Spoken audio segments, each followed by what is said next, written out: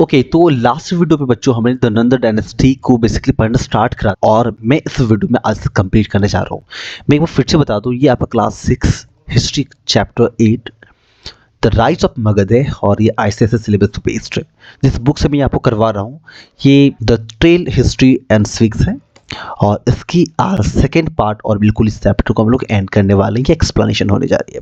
तो चलिए बच्चों आज की इस वीडियो को स्टार्ट करते हैं। बट एज यूजुअल गाइस, यदि आप चैनल पे नए हो तो वीडियो को लाइक करें, चैनल को सब्सक्राइब करें और अपने दोस्तों में शेयर करें। हाँ, याद रहे चैनल के साथ जुड़े रहे। क्लास 7 में आपको आपकी क्लास से रिलेटेड जिस चैप्टर की एक्सप्लेनेशन चाहिए फिर क्वेश्चन आंसर की एक्सप्लेनेशन चाहिए, मैं आपके लेकर के आऊँगा। इसमें आपको history, civics, geography, chemistry, physics and bio जो है उसे कंप्लीट करने का मैं प्रयास करता हूँ। चलिए आगे बढ़ते हैं। तो बच्चों लास्ट वीडियो में हमने ये पढ़ लिया था कि जो हमारा मगध है इसमें राजा लोगों की शासन होना स्टार्ट हो गई है। फर्स्ट रूलर बिंबिसार आता है, ये 52 ईयर्स रूल करता है। सेकेंड बिंबिसार का पुत्र अजातशत्रु आता है, ये जाके 32 ईयर्स रूल करते हैं। इसके बाद जो इसके रूलर्स जो आगे वाले आते हैं वो इतने कैपेबल नहीं होते कि अपने किंगडम को मैनेज कर सके। और इसके बाद जो है नंदा डिनेस्टी आती है और वो इनके सक्सेसर को ओवरथ्रोन कर देता है। फिर नंदा डायनेस्टी में महापद्मनंद जो होती है वो नंदा डायनेस्टी की स्टैब्लिशमेंट करती है, नंदा डायनेस्टी को वो स्टार्ट करती है, आगे बढ़ाता है। ये मगध के राजा बन जाते हैं और फिर इस मगध को एक माइटी एम्पायर में कन्वर्ट करते हैं। माइटी एम्पायर में कन्वर्ट करना मतलब एम्पायर को, इस मगध को काफ़ी लार्ज बना देता है। So great was the power of Magad that Alexander's army refused to advance and face the army of Magad। और ये इतना मजबूत और स्ट्रांग बन जाता है मगध एम्पायर आगे चल करके कि जो अलेक्जेंडर होती है ना, अलेक्जेंडर की जो आर्मी होती है वो पूरी दुनिया को जीत चुका होता है, लगभग ऑलमोस्ट कई सारे राज्यों को जीत चुका होता है और वो इंडिया पे अटैक करने वाला होता है, इंडिया को अपने कब्जे में बेसिकली करना चाह रहा होता है। लेकिन नंदा डायनेस्टी और जो बोलो मगध डायनेस्टी वो इतना अलमाइटी हो गया था, इतना स्ट्रांग हो गया था कि इसे जीत ना पा सका, उसे वापस आना पड़ा। धनानंद जो कि नंदा डायनेस्टी के लास्ट रूलर होता है और ये बहुत ही क्रूअल और अनपॉपुलर था। चंद्रगुप्त मौर्य की आपने स्टोरी सुनी होगी। चंद्रगुप्त मौर्य वो साहसी इंसान होता है, शासी कैसा तू राजा होती है, बहुत स्ट्रांग रूलर होती है। उसे नंदा डायनेस्टी से लास्ट रूलर धनानंद की हत्या करती है, उसे मारता है और फिर वो इस मगध पे अपना साम्राज्य स्टैब्लिश करता है चंद्रगुप्त मौर्यन एम्पायर के नाम से। इसके जस्ट बात का जो चैप्टर बच्चों है वो हमारा मौर्यन एम्पायर ही होने वाला है। उसकी जो स्टोरी है बेसिकली इधर से स्टार्ट होती है। तो मैं आपको बताऊंगा अगले चैप्टर में मौर्यन एम्पायर्स के बारे में और उनके गुरु चाणक्य के बारे में। तो जो चंद्रगुप्त मौर्य है वो धनानंद की हत्या करती है और पूरा जो मगध एम्पायर उसका कंट्रोल अपने हाथों में ले लेती है और उसे ओवरथ्रो कर देता है। फिर जब चंद्रगुप्त मौर्य यहाँ का राजा बनता है मगध का और उसी टाइम पीरियड में जो अलेक्जेंडर्स है वो अटैक करने के लिए इंडिया की ओर रुख करता है। एलेक्जेंडर के बारे में थोड़ी सी जानकारी आपको दूं तो ये मैसेडोनिया जो कि अभी वर्तमान समय में ग्रीस यानी कि यूरोप का एक कंट्री है वहाँ से बिलोंग करता है और most remarkable man in the history of the world इसका जो नाम है, इसकी भाई जो पर्सनालिटी है तो इसकी जो स्टोरी है वो पूरे वर्ल्ड के हिस्ट्री का एकदम एक मोस्ट रिमार्केबल स्टोरी है, एक मोस्ट रिमार्केबल मेन माना जाता है इसे। इसकी जो एम्बिशन, इसका जो गोल था ना बच्चों वो पता क्या था? To conquer the whole world. ये इंसान ऐसा था, सोचो इस बहुत कम उम्र की आयु में इसकी इतनी बड़ी सोच थी, इतना विशाल इसका व्यक्तित्व था, पर्सनालिटी था कि कई सारे लोगों को मोटिवेट करना, उसको इन्फ्लुएंस कर लेना, अपनी बातों में ले आना और फिर पूरी दुनिया को जीत लेने के लिए निकल पड़ा था। He conquered vast territories that included Asia Minor, Syria, Egypt, Mesopotamia and the Persian Empire। Almost उस वक्त के जितने भी important rulers kingdom थे यूरोप में, साउथ एशिया में, एशिया साइड में, उन सभी को इसने अपने कब्जे में ले लिया था, उन सबको जीत चुका था। Which extended to the Indus valley as far as the desert of Rajasthan. और बढ़ते बढ़ते इंडिया के इंडस वैली सिविलाइजेशन जो आपने बिल्कुल फर्स्ट सेकेंड चैप्टर अपने बुक्स में पढ़ा था, तो ये वहां तक पहुंच जाता है, ऑलमोस्ट यू कह सकते हो राजस्थान की कुछ हिस्सों तक एलेक्जेंडर पहुंच जाता है। व्हेन एलेक्जेंडर इन्वेडेड, जब एलेक्जेंडर ने इन्वेड करा उस वक्त टाइमिंग था यानी कि जो ईयर था ना वो था भाई 326 BCE। यदि आज से कैलकुलेट करी जाए बच्चों तो ये ऑलमोस्ट इधर 2025 चल रहा है तो उधर ले लो लगभग 2350 साल यानी कि 2300 एंड अप्रॉक्स 50 ईयर्स के आसपास पुरानी बात है। उस वक्त ये आकर के इंडिया में अटैक करते हैं, नॉर्थ वेस्टर्न पार्ट्स में अटैक होती है और ये क्या करते हैं, डिवाइडेड करता है into the number of kingdoms, rulers were always at the war with one another. देखो दो क्या कहता है कि जब अलेक्जेंडर 326 BC में इंडिया में अटैक करते हैं नॉर्थ वेस्टर्न इंडिया में, उस वक्त जो हमारा इंडिया है ना वो नंबर्स ऑफ किंगडम्स में डिवाइडेड था। कोई एक रूलर शक्तिशाली रूलर नहीं था जो क्या कर रहा हो कि पूरे कंट्री को बेसिकली मैनेज कर रहा हो और पूरी कंट्री को लीड कर रहा हो। कई सारे छोटे मोटे किंगडम होते हैं कि जहाँ सारे छोटे मोटे रूलर्स होते हैं। इस वजह से अलेक्जेंडर को कोई डिफिकल्टी नहीं आ रही थी यहाँ के टेरिटरीज को जितना, उसे अपने कंट्रोल में करना, दो टेरिटरीज को आपस में लड़वाना, बेसिकली सहयोग से किसी और को हराना उन्हें जरा सा भी प्रॉब्लम नहीं हुई। आसानी से उसने क्या करा, किंगडम्स को जीत लिया। Ambhi the ruler of Takshashila submitted without a fight. Ambhi जो कि तक्षशिला का राजा था, उसने इसकी स्ट्रेंथ को देखकर के, आर्मी को देखकर के वो नतमस्तक हो जाता है। और जो अम्भी है, अम्भी बोले तो रूलर है कहाँ का, तक्षशिला का, और ये क्या करता है, सिकंदर की सेना के सामने सरेंडर कर देता है बिना युद्ध लड़े। अलेक्जेंडर जो है बाद में मिलता है, जो थोड़ी पूरी रेजिस्टेंस उसको मिलती है यहाँ पे फतेह करने में इंडिया को, तो वो होते हैं राजा पोरश। ये जो राजा पोरश है वो अम्भी का एनिमी होता है। और इधर जो अम्भी है ना, वो कह सकते हो आप, सिर्फ इस पोरस को हराने के लिए, जलाने के लिए उसने अलेक्जेंडर से दोस्ती करी और अपना जो साम्राज्य है उसके सामने घुटने टेक दिए। पोरस जो है वो एक शक्तिशाली और सेल्फ रिस्पेक्टेड मैन है। उसने क्या करा, अलेक्जेंडर की सेना से लड़ने का फैसला लेता है।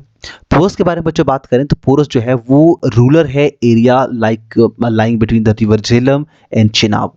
अम्भी offered to help Alexander to defeat Porus. Ambhi जो है वो पोरस को हराने में अलेक्जेंडर की सेना का हेल्प भी करता है। और अल्टीमेटली क्या होता है, जो पोरस है वो बहुत ही बोल्डली अलेक्जेंडर की सेना के सामने लड़ रहा होता है और अंत में डिफीट हो जाता है, हार जाता है। ही वॉज कैप्चर्ड, उसे पकड़ के अलेक्जेंडर के सामने प्रेजेंट करा जाता है। उससे पूछा जाता है who asked him how he would like to be treated. उससे पूछा जाता है ना बच्चों पोरस से कि बताओ तुम क्या, तुम्हारे साथ किस प्रकार की सलूक करी जाए, तुम्हें मार दिया जाए या फिर छोड़ दिया जाए। तब जाके पोरस कहता है, पोरस की जो स्टेटमेंट होती है वो अलेक्जेंडर को प्रभावित करता है। बच्चों पोरस कहता है as one king should be treated another king. जिस प्रकार एक राजा दूसरे राजा के साथ व्यवहार करता है, जिस प्रकार एक किंग जिसको आपने शंडर जबरदस्ती पकड़ कर रखा हुआ है, उस किंग के साथ जैसा दूसरा राजा व्यवहार करता है, ठीक मेरे साथ भी वैसा ही व्यवहार होना चाहिए। Alexander was so impressed with this reply that he set Porus free and return his all territories. At the end क्या होता है, पोरस को इससे इम्प्रेस्ड होकर, देखो ये जो चीज़ हम लोग पढ़ रहे हैं ना, मे भी सही भी हो सकती है, नहीं भी हो सकती, बट जैसा अलेक्जेंडर की करतूत थी, उनकी हरकत थी, ये इतनी आसानी से बात पचती नहीं है कि अलेक्जेंडर ने क्या करा होगा, पोरस को इसने आसानी से छोड़ दिया होगा। और ये देखो ना क्या लिखा हुआ है कि जो अलेक्जेंडर है उसने क्या करा, इसकी पूरी टेरिटरीज को रिटर्न कर दिया और उसे फ्री छोड़ दिया बिना मारे, बिना नुकसान पहुंचाए। देखो एक्चुअली ये यूरोपियन पर्सन है, अलेक्जेंडर यूरोपियन पर्सन है। उसके व्यक्तित्व को अच्छा बनाने के लिए, उसकी एक अच्छी इमेज बनाने के लिए जो हिस्ट्रियंस है वो कुछ और लिखते हैं, जो यूरोपियन के फेवर में लिखते हैं, जो इंडियन हिस्ट्रियंस हैं वो इसके बारे में कुछ और लिखते हैं। तो बच्चों ये जो चीज़ है ना, वो कॉन्ट्राडिक्ट वाली बात है। तो ऐसी चीज़ है जिसपे आंख बंद करके जो ट्रस्ट नहीं किया जा सकता। बट जो जी हमें एग्जाम लिखनी है, मार्क्स लेनी है, तो जो चीज़ें आप पढ़ रहे हो उसी के अकॉर्डिंग आपको लर्न करनी है और अपने आंसर को परफेक्ट बनानी है जैसा कि बुक्स में आपकी दी पड़ी है। आपको मान के चलना है अलेक्जेंडर ने पोरस को फ्री छोड़ दिया और बाद में उसका दोस्त बन जाता है। अलेक्जेंडर जो है बाद में क्या होता है, वो वापस इंडिया में बिना अटैक किए, मगध अंपायर से बिना लड़ी वापस चला जाता है और वो अपना घर पहुंच भी नहीं पाता है कि उससे पहले वो जो है 33 की एज में बेबीलोन में उसकी डेथ हो जाती है। अलेक्जेंडर क्या करता है, वो आगे बढ़ता है, जो मगध की माइटी सेना होती है उसे भिड़ना चाहता है, बट यहाँ तक पहुंचने से पहले at this stage his army refuse to advance any further. लेकिन उसकी जो सेना होती है वो आगे बढ़ने से मना कर देती है। जिस प्रकार से किंग अम्भी ने या फिर अन्य राजाओं ने भारत की या फिर बोलो भारत के बाहर की अलेक्जेंडर के सामने खुद को सरेंडर करा था, उसकी सेना को देख करके सेम उसी प्रकार अलेक्जेंडर जो है यहाँ पे मगध अंपायर के बारे में सुन करके, इस सेना के बारे में सुन करके, इनकी स्ट्रेंथ के बारे में सुन करके, उनकी जो सेना है वो इनसे लड़ने से मना कर देती है। The army was war weary and homesick and was not willing to face the powerful army of Magadh. ये जो आर्मी है कई महीनों से, जब से अपनी यात्रा पर निकला है वर्ल्ड को जीतने की, लगातार युद्ध किया जा रहा है। इन्हें घर की याद सता रही है, घर भी नहीं जा पा रहा है। इन्हें इस बात की भी डर है कि मगध अंपायर से भिड़ते हैं तो हमारे लाखों जो भाई हैं वो मारे जाएंगे और फिर अंत में वापस जा करके अपने लोगों को, साथियों को क्या रिप्लाई करेंगे। इस वजह से ये लड़ता नहीं है।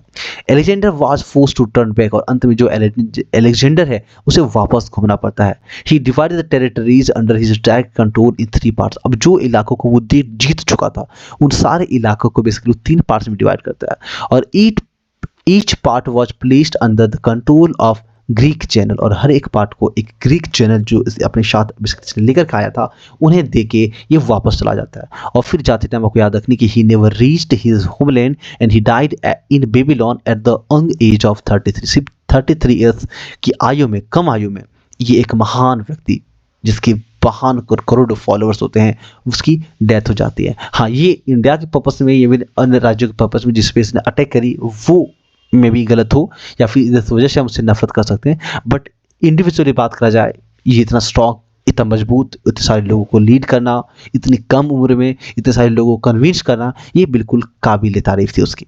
और आज हो सकता है एक ये भी कारण हो कि इस वजह से हम जो अलेक्जेंडर को पढ़ते हैं।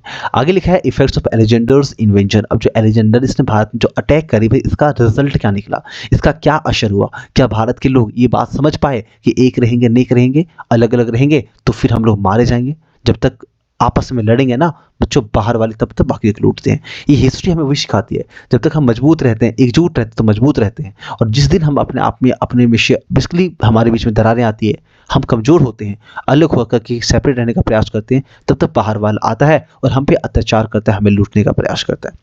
तो यहाँ पे देखते हैं कि अलेक्जेंडर के आने के बाद हमें क्या परिवर्तन आया। लिखा है अलेक्जेंडर की जो इन्वेंशन होती है वो direct link between India and Europe को lead to the establishment of 4 different trade routes by the land and sea. India और यूरोप के बीच में 4 अलग अलग रास्तों की खोज होती है, बाय लैंड्स और बाय शी भी।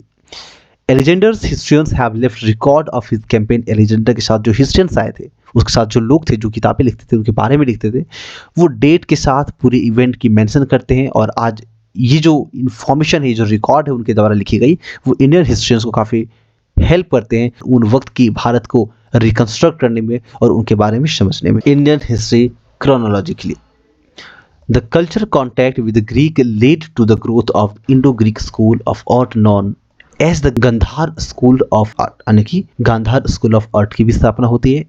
ओके, तो लास्ट पैराग्राफ है कि Alexander's campaign settled the power of small states in north western India. This made it easier for Chandragupta Maurya to expand his territory in his region and paved the way for the political unification of India under the Mauryas। तो Alexander की जो campaign होती है क्या करती है, जो भी यहाँ पे छोटे मोटे किंग्स होते हैं, स्टेट्स होती है जो अपने आप को इंडिपेंडेंट रख करके खुद वहाँ के जो रूलर से शासन करना चाहते थे छोटे छोटे, उन सबको यूनाइट करने में, जब बड़े बिल्ली हमला करते हैं ना, जिस प्रकार छोटे छोटे बिल्ली आपस में झुंड बना लेते उससे लड़ने के लिए, ठीक इसी प्रकार से यहाँ पे जो बड़े लोग, बड़े कह सकते हो इन्वेडर्स इंडिया में अटैक करता है, इन्वेड करता है, तो सारे छोटे छोटे जो रूलर्स हैं उन सबको एकजुट करना आसान हो जाता है चंद्रगुप्त मौर्य के लिए। बाद में जब चंद्रगुप्त मौर्य यहाँ का किंग बनता है मगध का, तो वो क्या करते हैं, सारे छोटे छोटे इलाकों को अपने अंदर में ले लेता है, उन्हें डरा धमका के, आप ही बोलो उनको समझा बुझाकर, और फिर किसी प्रकार रिलेशन स्टैब्लिश करके और एक बड़ी सी कंपायर बनाती है। और जो चंद्रगुप्त मौर्य है वो मगध को, ग्रेटर मगध तो बोलो इंडिया के ऑलमोस्ट नॉर्दर्न पार्ट को लीड कर रहा होता है। यहाँ पे फोटो देख सकते हो, ये स्टैचू है अलेक्जेंडर का विथ हिज बिलव्ड हॉर्स बुकेफेलस। ये आ सकता है कि जो फेवरेट हॉर्स है अलेक्जेंडर का, उनका नाम क्या था। नीचे डू यू नो भी लिखा हुआ है बच्चों, क्या खास बात आपने चैप्टर से सीखी। In the battle between Alexander and Porus, Alexander's horse Bucephalus was wounded and killed. वो मारा जाता है, उसकी डेथ हो जाती है। Alexander had rided Bucephalus into each one of his battles in Greece and Asia. वो ग्रीस और एशिया के जितने सारे बैटल्स होते हैं वहां पे अलेक्जेंडर को बुकेफेलस ने जिताया था। और सो व्हेन इट डाइड, जब ये मरा, इट वाज हार्ट ब्रोकन, और ये उसके लिए बहुत ज़्यादा हार्ट ब्रोकन था, क्योंकि जो इसकी घोड़ा है, ये जो बुकेफेलस है, इसने काफ़ी सारे वॉर जो है अलेक्जेंडर इसके हेल्प से जीता था। And founded a city in the name of his force, और इसके नाम पर उसने एक सिटी ग्रीस में बसाया था, बुकेफेलस। तो इस प्रकार से जो चैप्टर हमारा कंप्लीट हो गया। चलिए बहुत शॉर्ट में, बहुत ही इंपॉर्टेंट जो आपके यहाँ टाइमलाइन है हिस्ट्री का, वो मैं आपको बता दूं। ये देखो, फर्स्ट यहाँ से 0, ये फर्स्ट C 500 1000 1500 2000 और प्रेजेंट टाइम हम लोग यहाँ पे हैं। इसके पीछे जाएंगे तो जो डेट है वो पीछे होते जाएगी, 500 1000 1500 2000 और ये देखो 2000 BC। इसके पीछे जितना आप चाहो ऐसे ये जो नंबर है वो आगे बढ़ता ही जाएगा। मगध के बारे में बात करें तो मगध से पहले आपको इस चैप्टर में अपने जनपदा और महाजनपदा के बारे में पढ़ा। जो लार्ज स्टेट्स हैं उसे जनपद कहते थे, और ये बाद में जो पावरफुल जनपद होते थे उसे हम लोग महाजनपद कहते हैं। मगध, कुशाल, अवंती और जो वत्स है, ये पूरे 16 जनपद में से 4 सबसे स्ट्रॉन्ग जनपद था, जिसे हम लोग महाजनपद कहते हैं। Some mahajanapada were democratic republic such as Shakya and Licchavi. कुछ कुछ महाजनपद जो थे, जैसे कि शाक्य है, लिच्छवी है, वो रिपब्लिक थे, यानी कि वहाँ पे जो है रूलर्स लोगों के द्वारा बनाए जाते। नेक्स्ट है मगध। फिर है एलेक्जेंडर्स इन्वेजन। मगध में क्या लिखा हुआ है कि जो बिंबिसार है फर्स्ट इंपॉर्टेंट किंग था जिसने करीब 52 ईयर्स तक मगध पे रूल करते हैं। नेक्स्ट रूलर आपका अजात शत्रु आता है जो बिंबिसार का पुत्र होता है और ये क्या करते हैं अपने फादर के रूल को लगभग 32 ईयर्स तक कंटिन्यू रूल करता है और आगे बढ़ाता है। बिंबिसार के टाइम में क्या होता है कि जो टेरिटरी है वो काफ़ी एक्सपेंड होती है, आसपास से कई सारे रूलर्स को इसने हराया और अपनी जो टेरिटरी है उसे बड़ा बनाया। ये साथ में मैट्रिमोनियल अलायंसेस भी करता था ताकि शादी ब्याह करके अपने प्रिंसेस का या फिर अपने बेसिकली राजाओं के यहाँ पे रिलेशन स्टैब्लिश करता था शादी ब्याह करके और अपने आप को स्ट्रांग बनाता था, लोगों से हेल्प लेता था अन्य राजाओं से। जो महापद्मनंद है वो नंदा डायनेस्टी स्टैब्लिश करती है जब अच्छा वो टाइमिंग देखो दिया हुआ है मगध इन 4th सेंचुरी BC। जो धनानंद है वो इसका लास्ट रूलर होता है नंदा डायनेस्टी का और ये बहुत अनपॉपुलर था इसलिए इसे ओवरथ्रोन कर दिया गया था चंद्रगुप्त मौर्य के द्वारा।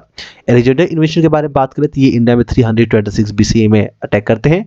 इसे कन्क्वेड करा बहुत सारे किंगडम को, नॉर्थ वेस्टर्न इंडिया को, जहाँ के रूलर वो बाद में अपने ही किसी ग्रीक जो उसके आर्मी में लोग रहते उनको बना के चल जाता है। अच्छा उस वक्त यहाँ पे इंडिया पे उसने अटैक करके जीता कैसे, क्योंकि यहाँ के जो लोग थे वो काफ़ी सारे किंगडम्स में बटे हुए थे और जो सारे किंगडम्स थे वो आपस में लड़ते झगड़ते रहते थे। He met with resistance from Porus. बाद में जो तुम्हारा एलेक्जेंडर है इसे रेजिस्टेंस किससे मिलती है तो वो पोरस से मिलती है। ये आपका रूलर होता है between the land of Jhelum and Chenab. Porus जो है वो डिफीटेड हो जाता है, हारा जाता है, कैप्चर करके उसे एलेक्जेंडर के सामने प्रस्तुत करा जाता है और बाद में उसे फ्री कर दिया जाता है। उसकी जो टेरिटरी है वो भी पोरस को वापस कर दी जाती है। एलेक्जेंडर की जो आर्मी होती है वो बाद में रिफ्यूज कर देता है मगध की सेना से लड़ने से और फिर वो he divided territories and placed them under the care of Greek generals. बाद में क्या होता है जो मगध या फिर जो भी नॉर्थ वेस्टर्न इलाका को उन्होंने जीत कर रखा हुआ था उसे वो अपने ग्रीक जनरल्स के हाथों में छोड़ के वापस चल जाता है और जाने के क्रम में बेबीलोन में उसकी डेथ हो जाती है। एलेक्जेंडर की जो इन्वेंशन है वो इंडिया में इस्टेब्लिश करता है फॉर डिफरेंट ट्रेड रूट्स जो कि आपका सी रूट भी होती है और लैंड रूट्स भी होती है। Reconstruct the history of India और chronologically led to the growth of the Gandhar school art and led to the political unification of India under the Maurya. चलो बच्चों तो आज की इस वीडियो में बस इतना ही। नेक्स्ट वीडियो में यदि आप बोलोगे तो मैं इस चैप्टर के क्वेश्चन से करा दूंगा। वैसे भी आप यहाँ पे देख पा रहे हो बहुत सारे जो आंसर्स हैं वो के पढ़े हैं। मैच द फॉलोइंग भी क्या हुआ है तो आप यहाँ से इसे भी देख सकते हो। चूज द करेक्ट ऑप्शन, इसके भी करेक्ट आंसर करे हुए हैं। फिल इन द ब्लैंक्स भी आपको यहाँ पे मिल जाएगी और आंसर द फॉलोइंग क्वेश्चन जो है वो भी आप यहाँ से देख सकते हो। फर्स्ट का आंसर लिखा है महाजनपद, सेकेंड है 16, थर्ड में Magadh, fourth Gandhara school of art इसका प्रॉपर नाम होगा। आप यहाँ से इसका जो आंसर है मैं आपको बता दूँ तो आप इसका जो आंसर है बच्चों ये यहाँ से लिख सकते हो गांधर स्कूल ऑफ आर्ट। चलो इसके बाद लास्ट क्वेश्चन है name the Maurya ruler who unified India politically तो इसका नाम हो जाएगा चंद्रगुप्त मौर्य। ये जो लॉन्ग टाइप क्वेश्चन आंसर थी इसकी भी आंसर आपको छोटे चाहिए तो कमेंट बॉक्स में कमेंट कर सकते हो। मैं कोशिश करूंगा छोटे से 6 क्वेश्चंस के जो आंसर हैं इसके लिए प्रॉपर एक वीडियो बना दूं विद एक्सप्लेनेशन। तो चलिए बच्चों मिलते हैं नेक्स्ट वीडियो में, तब तक के लिए जय हिंद जय भारत।